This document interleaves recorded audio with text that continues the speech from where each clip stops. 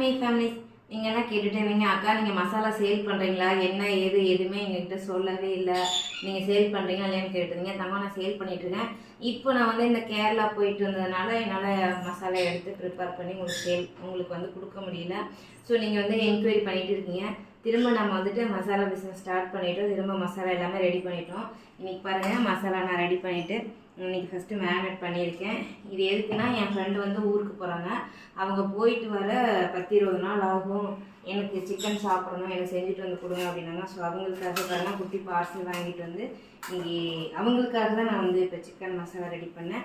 இன்னொன்று உங்களுக்கு வந்து நம்ம மசாலா சேல் பண்ணுறோம் அப்படிங்கிறத வந்து சொல்லிடலாம், இன்ஃபார்ம் பண்ணிடலாம். நிறைய டவுட்ஸ் இருக்குது. அம்மா சேல் பண்ணுறாங்களா பண்ணலையா என்னாச்சு அப்படின்னு சொல்லிட்டு உங்களுக்கு நிறைய டவுட்ஸ் இருக்குது.